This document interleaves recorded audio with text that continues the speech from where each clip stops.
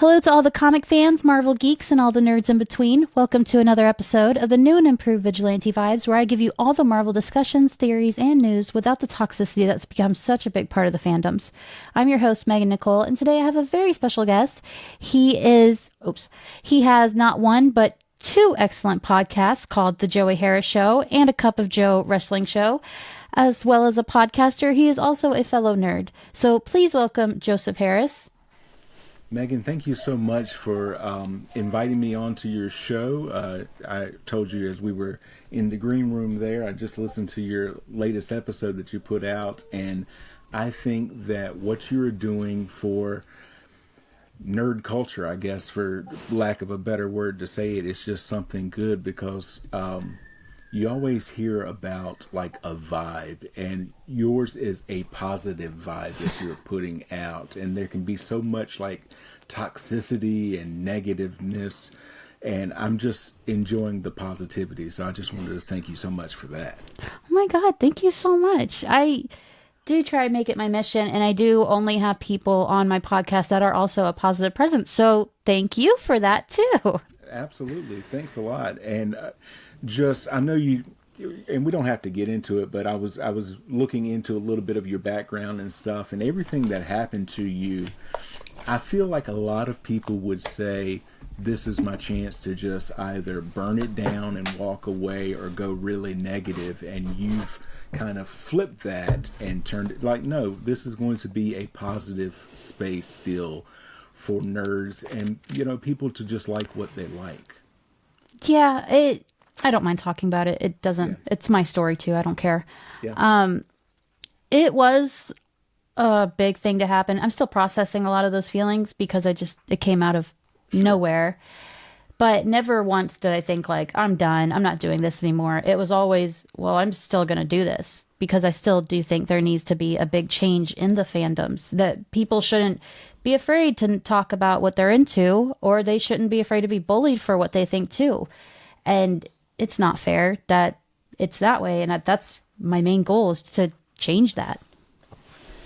And I was thinking about that. I was thinking my favorite comic book of all time is The Incredible Hulk 343. It's kind of still early in Peter David's run. And for some reason, I got really into comic books when I went to fifth grade. I don't mind telling how old I am. I'm 46. So for me, going into fifth grade, that was 1988.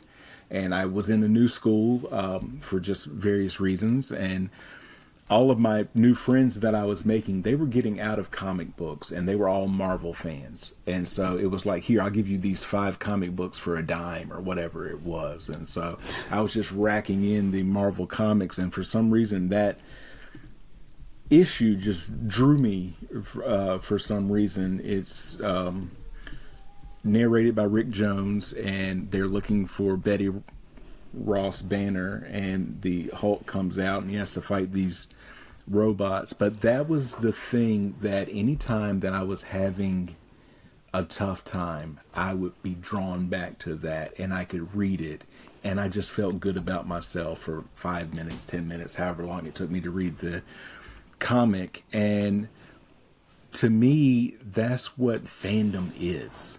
Mm-hmm. Where you feel safe, where you feel a part of something. And that's why I just gravitate to different fandoms. I'm a wrestling fan. You talked about my wrestling podcast. I'm a comic book fan, MCU fan, comic book nerd. Just a fan of different things. I like Sherlock Holmes, so I'm a fan of Sherlock Holmes. I do too. Yeah, I like the Andy Griffith Show, and so, yeah. Just all of these things, and with just nerddom being what it is, you can get that toxicity like we talked about. But I always tend to go back to what brought me this and what brings me joy, and that's what I gravitate to in those fandoms. Oh, you know all about the toxicity in fandom. You have a wrestling podcast.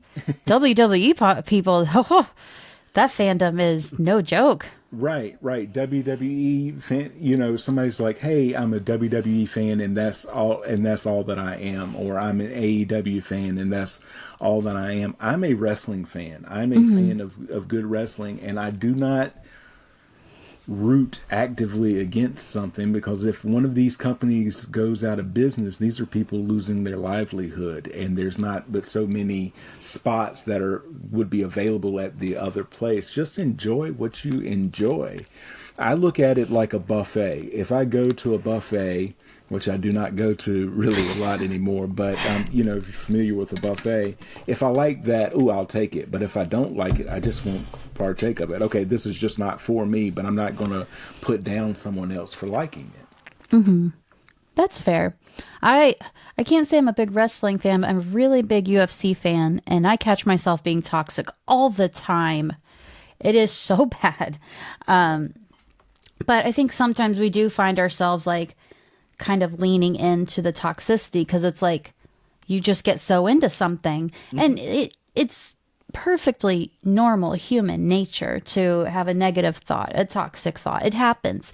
But it's like, if you act on it, if you actively try to be toxic, if you actively hope someone fails, that's not okay. That means you are a toxic person, not that your actions were toxic.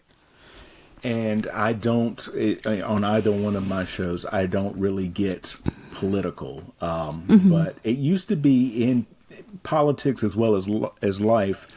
If I believed a certain way and you believed the opposite way, I believed that I was right and that you were wrong. Now it has become, I believe I'm right and you're evil, which is not the way to be at all. Yeah. Yeah. I don't really get into politics either. It's I'm not here to change anyone's mind. No one's ever going to change my mind. And it just leads to conflict. And it's like, it's nice to have a place that just doesn't have that, because everything is about politics now. Every single thing. So this is your show, but I was thinking about what we were going to talk about in different things. But what in your fandom is exciting you now? Ooh, well, if you ask anyone else, they'll say Marvel Rivals, which is the video game. Mm-hmm. I don't video game. I wish I did, but I don't. I'd probably say the 2025 MCU slate is really exciting. And in the comic world, From the Ashes, the X-Men stuff. Oh my good. I am loving all of that. How about you? What's exciting to you?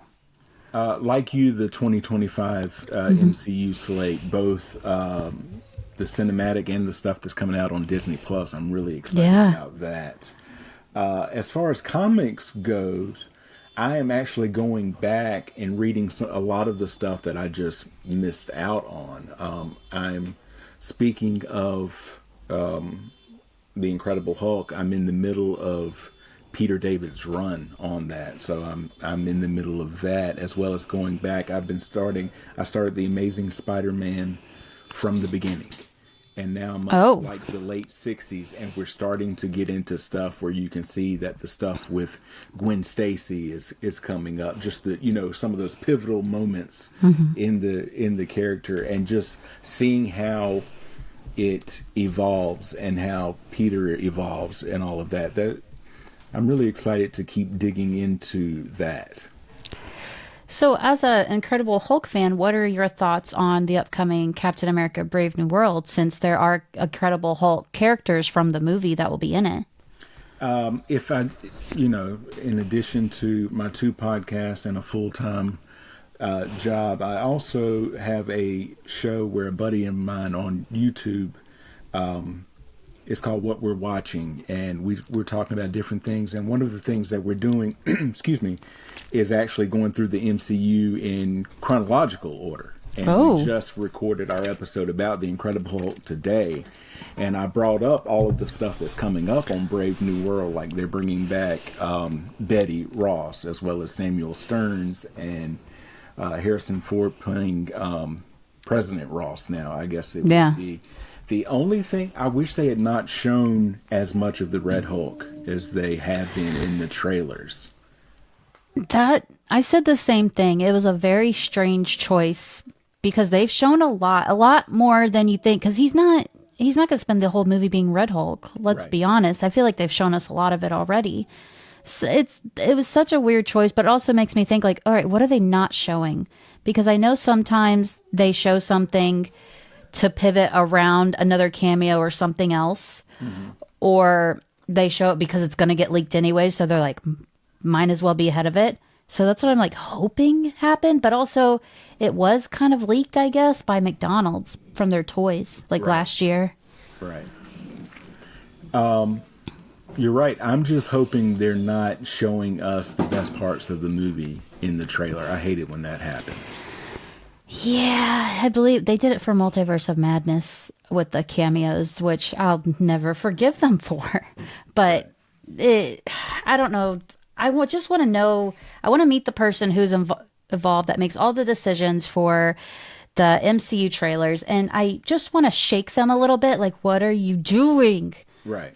There's so many things you could just not do. Like last night or the night before, maybe it was released that not Steve Rogers, Evans. Chris Evans, yeah. Yep. Chris Evans was going to be in Avengers Doomsday. And I was like, you could have just not did that. You could have just not said that. Right.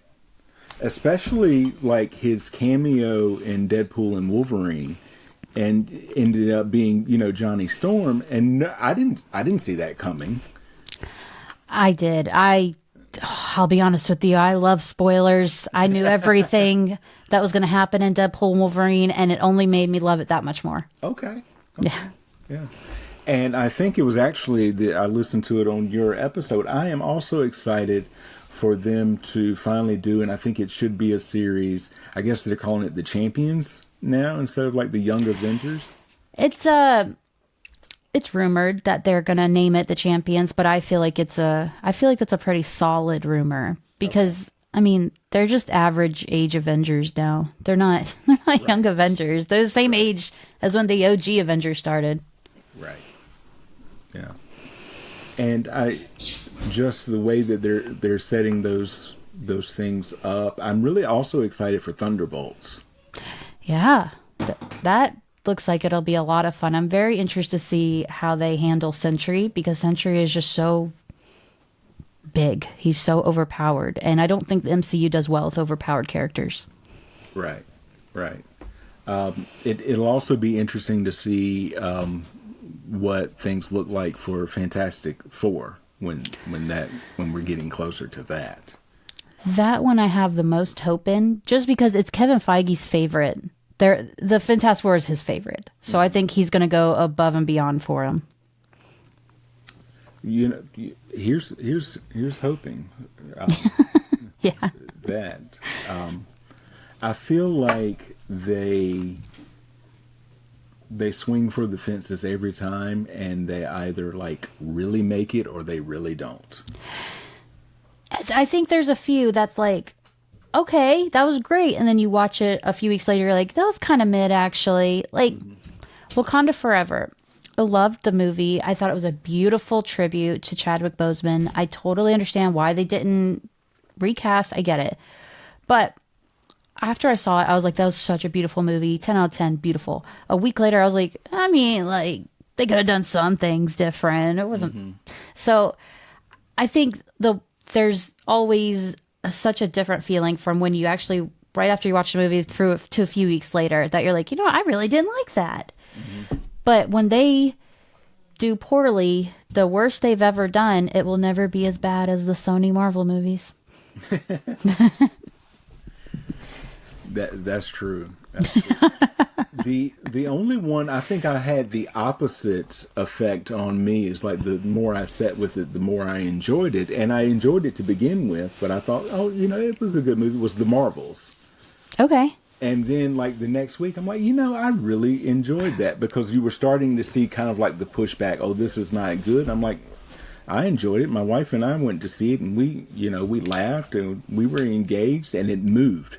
It moved incredibly quickly. I felt like it didn't really drag anywhere. I think that when I saw the Marvels, I told a lot of people, I was like, I haven't had that much fun in a movie theater in a long time. It was perfectly paced. It was so much fun. I loved it from beginning to end. Even the post-credit scene with Kamala and Kate Bishop, I thought all of it was well done. It was just really unfortunate that the strikes ended a day after it premiered. So they didn't get to do the premiere. They didn't get to do any of that. So that movie was done dirty by circumstances. Absolutely. I agree with you on that one. So I know that you're also like the authority on like scoops and all of that, like spoilers and all that. Do you have something that you just learned about that is kind of like blowing your mind, or? No, because that usually comes closer to a project, and I always said like I'm not gonna make any spoilers known on the podcast just because like I've accidentally spoiled something one time, and I did not remember it was a spoiler because it was already cemented in my head. I was like, oh, everyone knows, and I got a message like, thank you for that. And I was like, oh, I'm so sorry. Yeah. But the one thing that's blowing my mind is that Craven came out. No, it didn't come out. The reviews came out for it, and it came out with a whopping 9%. Wow. 9%. I feel like you have to try to get 9%.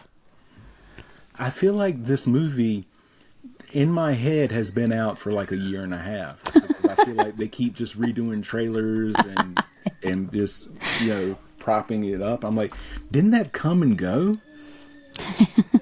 And they're like, no, it hadn't come out yet. No. It's very weird. They're doing a lot more promotion for it than they did their other movies. Well, they tried with Venom, but I think that became very obvious that the third one was going to flop, which is so unfortunate because I love Venom. But you could kind of see the tail signs that it was going to flop. You saw Aaron Taylor Johnson out saying, everyone needs to watch it. It's different. You'll love it. And it's like, okay, are you trying to tell us that? Are you trying to talk yourself into believing that? Right. But I mean, it also has been reported that that's going to be the last of the Sony Marvel movies. So maybe it's a blessing. I feel like they just they could never fully commit and get it right. They're like, oh, we're just going to. It's the whole thing. I don't watch the show, but I've seen this clip from the show Abbott Elementary about 50 times. The one where they're talking about, isn't it time for another reboot of Spider-Man? It's such a strange choice. All the choices they made, because you're trying to have a whole cinematic universe around one character that you don't have in the movies. You have all of his villains. I mean, it worked for Batman. There was Suicide Squad. There was Gotham. There's the Penguin. But you guys, it's a lot of gaslighting from them because, I mean, even in Morbius, there was a trailer with a picture of Spider-Man in the trailer. But he's not in the movie. So it's like, you keep making us think that this is it. Spider-Man's coming back. And he never does. And I even knew this one. I was like, he's not coming back. But they still try to make you think they are. And it's wild. I don't know what they're doing besides wringing all the characters dry to make money from them. I guess before they lose the rights, which they should, because what they're doing is pretty criminal to these characters. Right. And if you're trying to make money in movies, you need that kind of big character like a Spider-Man. Yeah. Your average moviegoer, they don't know who Morbius is. Yeah. Madam Web. Craven. Yeah. Like, they know who Venom is, but like that's only because Venom has been done in live action before. And this isn't to belittle anyone who doesn't know. There are casual watchers who don't read the comics. Like, if I didn't read the comics, I'd have no idea who Craven is. Because he's never been done. But now that he's been done, we're probably not going to see another one for a really long time. I think the best that it was done was in the Spider-Man, the No Way Home, where they brought everybody in and they're bringing, they had Dr. Octopus and Yeah. all of that. I think that was the best way that it could have been done. Yeah, movies are doing that more and more. Like with Deadpool and Wolverine, they merged the Fox and the MCU into one movie. They did that with No Way Home. Both times was handled so beautifully, and it was so much fan service. But fan service is my love language, so I love it. Right. And the way that they did it, you can get the fan service, but also get that casual viewer. Absolutely. Yeah. Yeah, I think No Way Home did really well with that because, I mean, if you've never watched a Spider-Man movie in your life, you still know who Spider-Man is. If you've only watched one of the Spider-Man, you know some of those characters that were in it. I mean, it did really, really well. And, I mean, it hit $1 billion, which Right. at that point, no one thought was possible because they were still recovering from COVID in the Right. movie theaters, and they still haven't recovered from that. No. I just remember, I think that was the second movie my wife and I went back to watch in theaters. The first being was Black Widow. Okay. And, No Way Home, the theater was certainly more packed than it was at Black Widow. But I will always remember that movie because the guy behind me was narrating everything that was going on in the movie. And I was telling a friend of mine, like, if a character was eating a hot dog, he's going, "Oh, he's eating a hot dog. I wonder what's on that hot dog." Like the whole movie, just constantly, everything that was going on. That would drive me crazy. I would not be able to not say something. That's one thing I am so weird about is in a theater, if someone's on their phone, if someone's just blatantly talking, not even about the movie, I'm so quick to just yell at them. Because it's like, I paid so much for this. Just stop. But I loved the energy in the theater because it took me back to Endgame, Right. where people stood up and cheered and screamed, and it was just electric. And oddly enough, people in my theater cheered more for Andrew Garfield than they did Tobey Maguire, which I found very surprising. I did not cheer, but if there was a moment that I would have cheered, it was when he goes down and he catches MJ. Yes. That to me, that was the moment. I don't cry at movies. I don't do it. That part of my soul is broken. But that point, I was like, oh, I'm going to cry. I was so close. I was so happy they did it. It was so beautiful. Andrew Garfield showed every emotion and just amazing acting all around. Yeah. But you were talking about, I just remembered this, you were talking about like being weird about how people act in movies. Yeah. Several years ago, I don't know if you ever saw or remember the Tom Cruise Mummy Yeah. movie. And so that was in theaters, and I'm like, they say it's not doing well, and it had gone to like the cheap theater, and I think it had been there for 2 or 3 weeks. I'm like, this is the last week it's going to be there, and I'm like, I still want to see it. So I had one night off, and I go by myself, and I get my ticket, and I get my snacks and all that, and I go in the theater, and it's empty. I'm like, oh, this is going to be good. So I'm getting in the back, and I set my stuff out. 5 other people came in, and they all sat like immediately around me. And I wanted like, people, we've got everybody can have their own section. You don't all have to be around me. That's so rude. You have an entire theater. I like actively try not to sit by people. I want to have my space. If I laugh, if I cry, which I won't, but like if I make a noise, I don't want to like interfere with other people. But they sat right next to you. That is wild. Yes. Like one on one side of me, one on the other, and like the other 3 were like dead in front of me. I'm like, folks, seriously, we can all have like our own section. It's not even our own row. Yeah, that is bananas. I love going into a theater that no one's in but like it doesn't happen often, but it's happening more often. We went to see Blue Beetle and the theater was completely empty. It was amazing, but it was like kind of daunting because it's like, this is not good for the theater. I lived in Maine for 7 years. I lived in Bangor, Maine, and at the time they had a small business that was open where you could go and like rent a very small theater and watch movies. And they had food there, and you could also play games.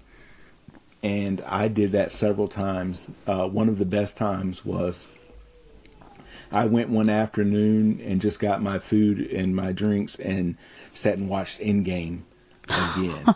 And it's just, it's fantastic because Yeah. you know all the bits and pieces of everything. So yeah.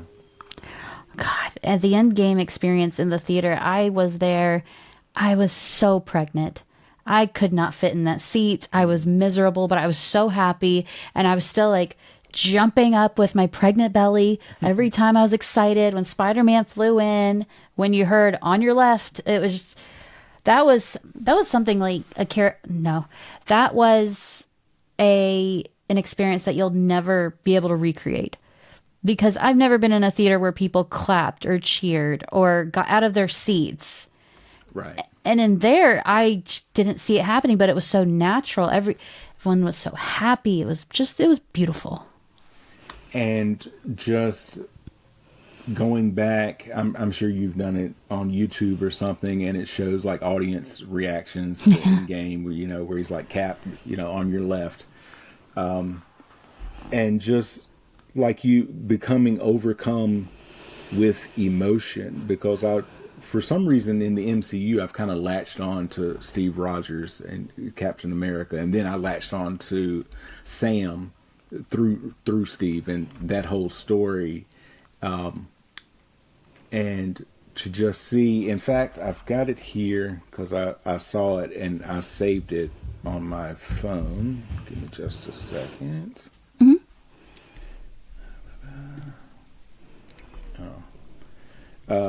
It says Steve Rogers had no idea there were so many other superheroes coming to help him. Steve Rogers was prepared to strap a broken shield on his arm and stand alone in front of Thanos because that's what Steve Rogers has always done. Oh, I like that. And it's true. Because he had no idea that Sam or anybody else was coming.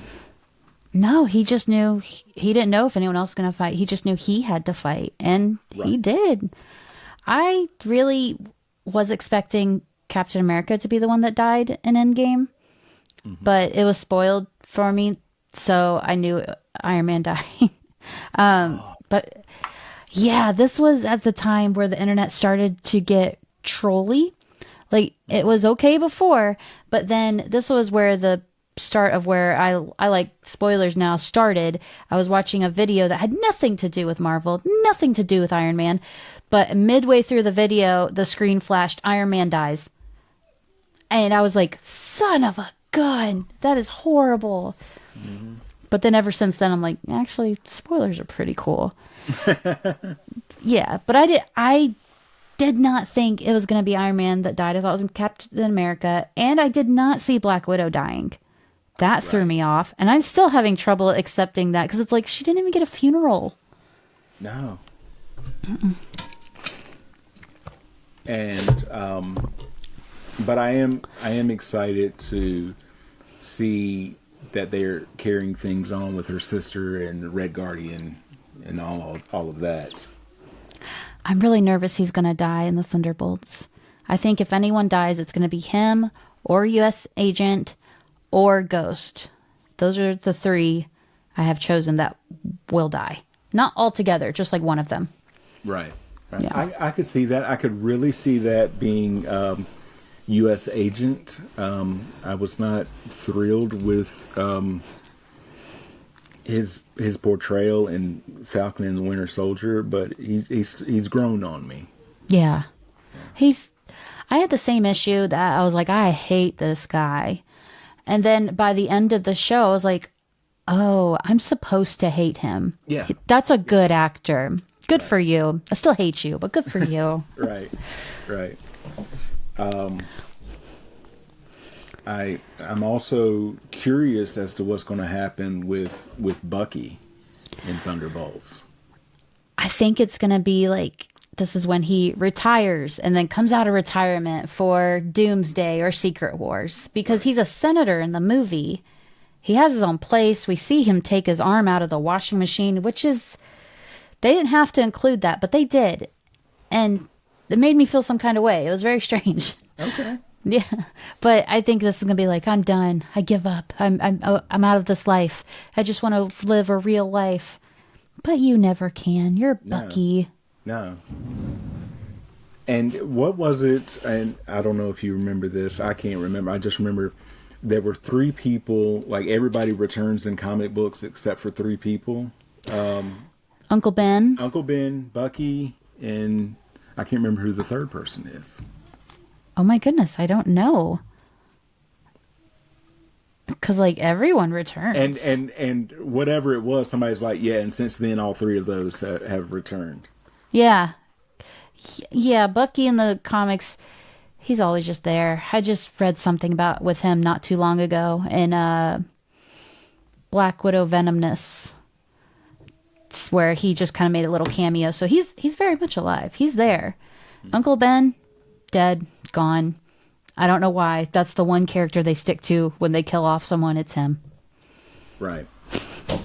And I guess it's because you have that just powerful moment with the as far as the origin story goes. Yeah, I think no one hates Spider-Man more than the writers of Spider-Man. So bringing Uncle Ben back, it's like, why would they be so nice to him? Right. Spider-Man is such a tragic character, but stays so wholesome through and through. And I love that about him, but like you can't not feel bad for the guy.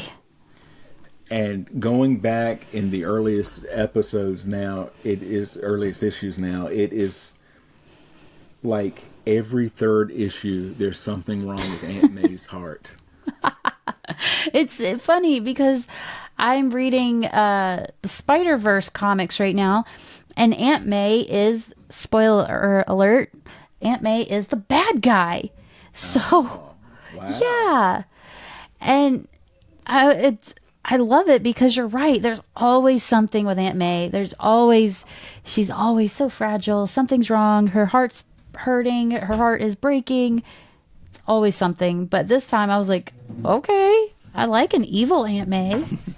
When she's not like Dr. Octopus is her new boarder, or she's marrying Dr. Octopus. No one ever talks about the life that Aunt May has lived. That life is crazy. It's underrated, I'd say. Right. and for 50 issues, she's like, you've got to meet our neighbor's niece, Mary Jane. She's, something else. I have to say I'm more of a Gwen Stacy fan myself. I think Mary Jane's she's just always there. She's always the damsel. But I do say I like her more now that she's Jackpot in the comics. Right. I'm like, you're useful now. I like that. Because I feel like we were supposed to think she was the Lois Lane of Superman in Spider-Man. But she's not. She never has been. But now she's like her own person, her own character. She's not just there as Spider-Man's girlfriend who's super needy. It's like his second appearance. They're really getting into the Kingpin and what I'm doing, but you can tell that they have not fleshed out the character a lot yet because he has a kind of like a right-hand man whose name is also Wilson. And so knowing it becomes very confusing to me. I'm like, is he talking about himself or is he talking to himself? I would just assume it's third person because that's such a Kingpin thing to do. That's true. And I think that they have just made like pitch perfect the Vincent D'Onofrio casting there. I hope he stays as long as we want him to because I cannot see anyone else playing that role as Kingpin as well as him. Before I say it, what do you want to see happen in Spider-Man 4? Because I'd like to see Kingpin involved.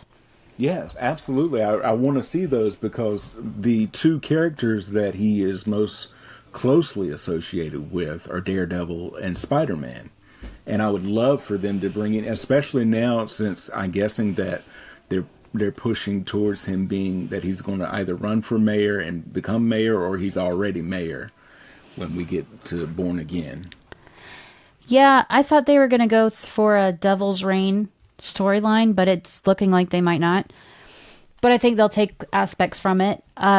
With Spider-Man 4, I don't think it's going to be anything street level just because it comes right after Doomsday and before Secret Wars. So, but in a dream world, I would have liked it to be Spider-Man is fighting Scorpion, and then probably like right mid movie towards the end, he finds out Scorpion's not even the major bad guy. He's just a secondary bad guy, and he actually works for Kingpin. And then at the end, Daredevil swoops in, and he's like, I think we're chasing the same guy. And then that's what I want. Yeah. Yeah. So, you're into Marvel. Are you into DC at all? That's funny that you should ask. I was never into DC. What finally got me in there? It was like 2 or 3 years ago now. Amazon was running a sale on like Comixology. Yeah, Thing, yeah. and it was some ridiculous sale, and I got Crisis on Infinite Earths, and that I've gotten more into DC now, and I've not read the new one, but I read the original 52. I don't know if you've ever read that, but I tell people, I'm like, if you like television, that is the comic book that is closely associated, kind of like television to me. It was after one of I think it was Final Crisis or Infinite Crisis, and Superman, Wonder Woman, and Batman are all three not available for a year. Like Superman goes off, Batman goes off, and Wonder Woman goes off. And so a lot of the secondary characters step up, and they release one comic book a week for 52 weeks. And it's like, 51 or 30 or whatever. And the beginning of it would be like previously on 52, and it would give you like a little thing, and it's like next time on 52, like at the end. I really enjoyed that. So I've been getting into them more, and I'm on I finished Blackest Night, and now I'm on Brightest Day, the Green Lantern series. That's someone who I'd like to really get into is Green Lantern. I'm not very involved in the DC comics. Like I've read some, and I've reviewed for some, and I've spoken to some of their comic creators, but I would love to just dive in and get to know all of it. One that is so underrated to me, but now finally more and more people are picking up on it, is Identity Crisis. Okay. Brad Meltzer's run, and it's about the murder of the elongated man's wife, and they realize that it comes from someone who knows the secret identity of these superheroes, which means it's someone on the inside. And it's a fascinating book. I highly recommend that one. Sounds right up my alley. I might actually go for that one. Yeah. I asked because Creature Commandos has dropped last week, and I was wondering if you had gotten a chance to check it out, or if you had any interest in checking it out. I've seen the first 2 episodes, yes, but as I told someone else, I heard someone say, "Ooh, it's a cartoon. My kids can watch this." Nope. You should not watch this at all. Nope. I did not know it was TVMA, and I guess I just ignored that completely. So I'm watching it. My child's at school, my other child's asleep, and I'm watching it, and at some point I'm just like, oh my God. Yeah. Oh my. There's like 2 sex scenes in here. This is wild. But it felt very James Gunn. Yes. Yeah. And you could definitely tell that. And then, so I was alternating. I watched that, and then I watched the first episode of Penguin, and then went back for the second episode of Creature Commandos. I just finished The Penguin. That's a freaking really good show. And oh my goodness, the actress on there, her name is escaping me. You know what I'm talking about? I do. Let me see. Christine or something. It's Kristen Kristen, yeah. Milioti? Yeah, something like that. As I was telling someone, my boss actually, I'm like, she played the mother on How I Met Your Mother. Yeah, that's how I know her. But I was telling him, I'm like, this character she's playing now, totally different than that character she was playing there. Oh my gosh, yeah, I feel like she really got to flex her acting skills here, which she really doesn't get to do in many of the things she's in. But this was a whole new level for her. I feel like it just elevated her talent. She did so well. Easily my favorite character of the show. She was amazing. And which, you know, with this and with Creature Commandos and the second season of Peacemaker coming out and Superman. Yeah. Coming out, I'm really excited to see what James Gunn can do for the DC universe.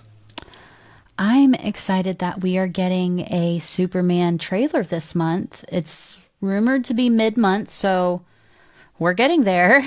But I'm so excited. Although he kind of put the brakes on that on Threads. I don't know if you saw that. Somebody's like, "Hey, are we still getting the Superman trailer in December?" And he replied back, "Still?" And a question mark. So I don't know. What does that mean? I'm thinking that it will come out. He's just trying to throw people off of the trail. I think so too, because he gave so many updates. He said, we're filming a trailer. And he's like, now it's on my hard drive on my computer. And then he's like, what trailer? Like, first of all, don't do that, you little troll. You ridiculous. I do like that about James Gunn, though, that he's so hands-on with talking to the audience. But sometimes I'm like, dude, you just need to stop talking. Just shut up. And it's going to be interesting to see what 2025 is like, because another of my fandoms, wrestling, John Cena's coming back for his farewell tour. This is his retirement year, is 2025. So, because he's like, I've done all my commitments for Peacemaker and all of that. I'm sure he will dip in and out to like promote it when that comes out. But other than that, he's like, I want to have the final whole year run. And so he has committed to that in 2025. So that will be interesting. I didn't know he was retiring from acting as well. I heard something about retiring. I think it's just wrestling. I think so too. Acting, yeah. I don't think he'll retire from acting. No, because I feel like he's just now finding his stride.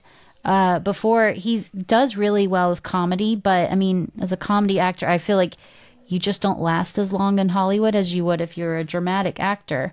But he has found the perfect niche of drama and comedy in Peacemaker in a DC show. And I feel like this is such a perfect role for him. I would hate to see it just end after the second season. Yeah, no, I think it's just wrestling he's retiring from. And there was someone on that show that says he's the best improv actor they have ever seen. Oh. And I'm guessing that picks up from wrestling, you know, because sometimes, hey, this is not going the way that it's supposed to go and you've got to pivot. So I'm guessing that's where that comes from. I could see that. I didn't think, when you think of John Cena, you think of like John Cena, the super serious guy who takes everything seriously. At least that's how I always saw it. But I watched the Bella's show, the Brie Bella, with him on it. And I was like, man, this guy's a real tool. But then when I see him outside of that, I'm like, oh, maybe he's like super nice. Right, so I don't really know which one's which. Has more Make-A-Wish granted than anyone else. Yeah. And if you're gonna have a world record, that's the one to have. And there was something, I'm sure it's on YouTube or TikTok, you can find it. Just search for like John Cena signing autographs or signing his picture. He signs like 3,000 of them in an hour, and it's just like they just bring over the next stack, and he's got his Sharpie and all that, and it's just like a machine, but he's signing every one of them and all of that. And he's like, this marker's about to run out, and they just hand him another, thank you very much, and just I appreciate that. I love actors who do that. I cannot stand the ones that just want nothing to do with their audience. Like, I hate that so much. So I appreciate all of that. Mm-hmm. So we are getting to the end of the episode. Okay. Before we go, where can our listeners find you? Tell us about your 2 podcasts. And yeah. Okay. All right. Well, talking about my love of wrestling, I have a wrestling podcast, Cup of Joe Wrestling Show. I call it the podcast for the wrestling fan on the go. I try to keep my episodes no longer than 30 minutes. Some of them go beyond 30 minutes, but I try to keep it around the time that someone would be on their commute. It's the perfect time for your commute. So I look at a show typically on the WWE network. Sometimes I go to YouTube and I give like a brief synopsis of the matches and talk about the different things going through. That is every Thursday, wherever you get your fine podcast. And if I didn't have enough of that, I said, let's do another show that I like to call a show about life, where we talk about the pop culture things, comedy, just regular life, helpful advice, Marvel fandom, all of that. It's called The Joey Harris Show, available every Sunday, wherever you get your fine podcasts. And in addition to that, I do a show, What We're Watching, with my friend TJ, where we go through different things that we started out. We went through the entire series of The Sopranos and The Many Saints of Newark. Now we're doing the Marvel movies in chronological order, as well as the first season of the show Community. So, and then we'll go on from there. So yeah, that is all about me. And I tell people I make it easy for them. If there's a social media and I am on it, or YouTube or TikTok, anything, I made it easy. I'm at The Joey Harris. Oh, perfect. Well, that is very easy. And I didn't know about the other show, What We're Watching. So after we're done with this, I'm going to immediately go follow you, because that's amazing. I love that. Yeah. We just recorded today our show on the Incredible Hulk. Next week's episode that we're recording, or the next episode we're recording, we're doing another list show. It's our list of our favorite top 5 Christmas movies. Oh, that sounds like so much fun. We did one in Halloween for our favorite like horror movies. So yeah. I like that a lot. I'm excited for that. I love Christmas movies, so I can't wait to see you guys' favorite. Yeah. So that does it for another episode of the new and improved Vigilante Vibes. Joseph, thank you so much for coming on. Please feel free to come back anytime. Absolutely, Megan. I enjoy myself so much. It's good to be on like the guest side instead of the host side so much. But I've got to get you on the Joey Harris Show in the new year. I'm kind of wrapping things down for the year, because it's crazy. Everybody's just crazy this time of year. But thank you so very much. I really enjoyed myself. Yes, I would love to be on your show, and I thank you for being on mine. It was so nice, so fun. It's nice to just chat, just like talk about interests instead of like breaking news or what's going to happen, this whole thing. Right. So for our listeners, wherever you're listening to or watching this episode, check the show notes to find the links on where you can find Joseph. Thank you for listening to this episode of Vigilante Vibes. I hope you enjoyed it. Be sure to keep up with all the new episodes by clicking that subscribe button wherever you're listening or watching this episode. As always, thank you for your constant support. Have a marvelous day.